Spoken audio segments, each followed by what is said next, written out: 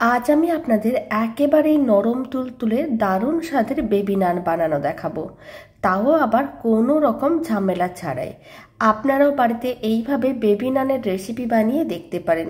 Baby নানগুলো হবে একেবারে নরম তুলতুলে তুলোর মতন। তো চলুন দারুণ স্বাদের নরম তুলতুলে বেবি নানগুলো বানানো শুরু করা যাক। নমস্কার, আমি রুমি, আপনাদের সবাইকে আবারও একটা দারুণ স্বাদের রেসিপিতে স্বাগত। প্রথমে একটা বড় সাইজের পাত্র নিয়েছিলাম, তার মধ্যে দিয়ে দিচ্ছি বেশ কিছুটা পরিমাণ ময়দা।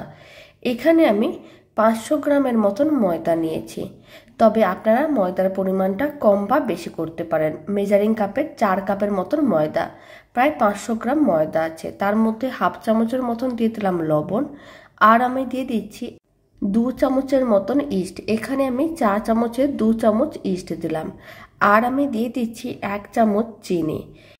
এবার চিনির পরিমাণটা আপনারা চাইলে একটু বেশি করেও দিতে পারেন বা নাও দিতে পারেন। আর আমি বড় চামচে 2 চামচ সাদা তেল দিয়ে দিলাম। তারপর সমস্ত শুকনো উপকরণ একসঙ্গে ভালো করে মিশিয়ে নিতে হবে, আর এইভাবে ময়দায় ভালো করে ময়ম দিতে হবে। ময়দায় যখন ভালো করে ময়ম দেওয়া হয়ে যাবে, মানে শুকনো উপকরণগুলো খুব ভালো করে মেশানো হয়ে যাবে, তখন অল্প অল্প জল দিয়ে একটা নরম ডো রেডি করতে হবে। এখানে আমি রুম টেম্পারেচারের জলই নিয়েছি, কোনো রকম ঠান্ডা বা গরম জল নিইনি।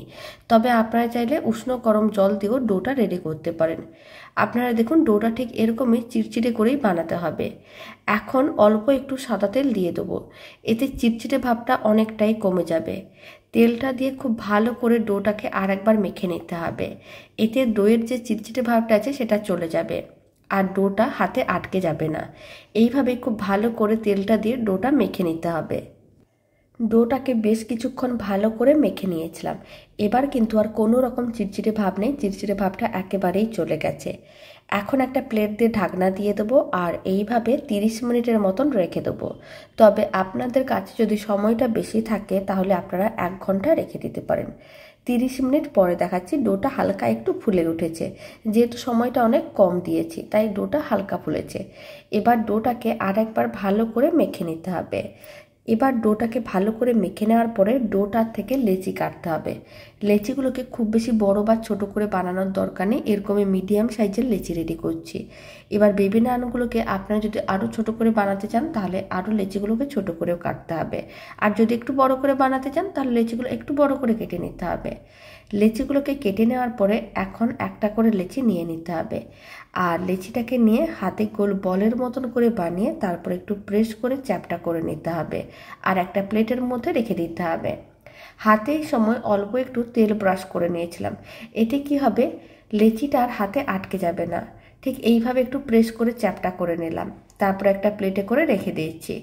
প্লেটে এইভাবে লেচিগুলোকে রেখে প্রায় 15 মিনিট রেখে দিতে হবে, এতে লেচিগুলো একটু ফুলে উঠবে, এতে বেবি নানগুলো বেশ নরম তুলতুলে হবে।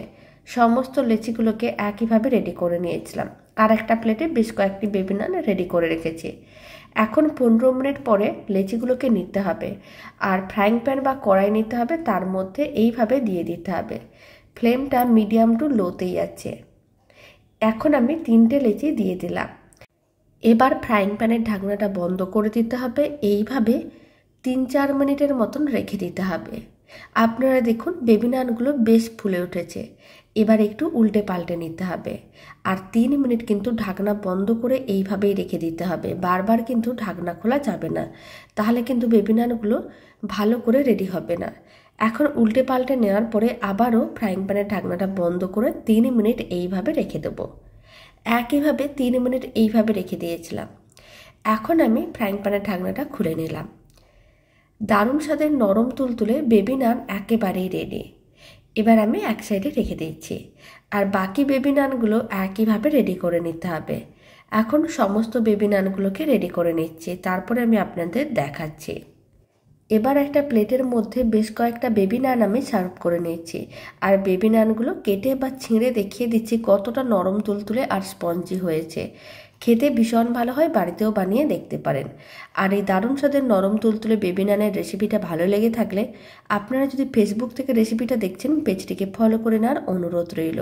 ইউটিউব থেকে দেখলে চ্যানেলটি সাবস্ক্রাইব করে নেওয়ার অনুরোধ রইল। পাশে থাকা বেল আইকনটি প্রেস করে নেবেন নতুন রেসিপির আপডেট সবার আগে পাওয়ার জন্য। বাড়িতে বানালে কমেন্ট বক্সে জানাতে একেবারেই ভুলবেন না খেয়ে আপনাদের কেমন লাগলো। তো চলুন, ভিডিওটা আমি এখানে শেষ করছি। আপনারা সবাই ভালো থাকবেন, সুস্থ থাকবেন। আপনাদের সঙ্গে আবার নতুন রেসিপি নিয়ে দেখা হচ্ছে।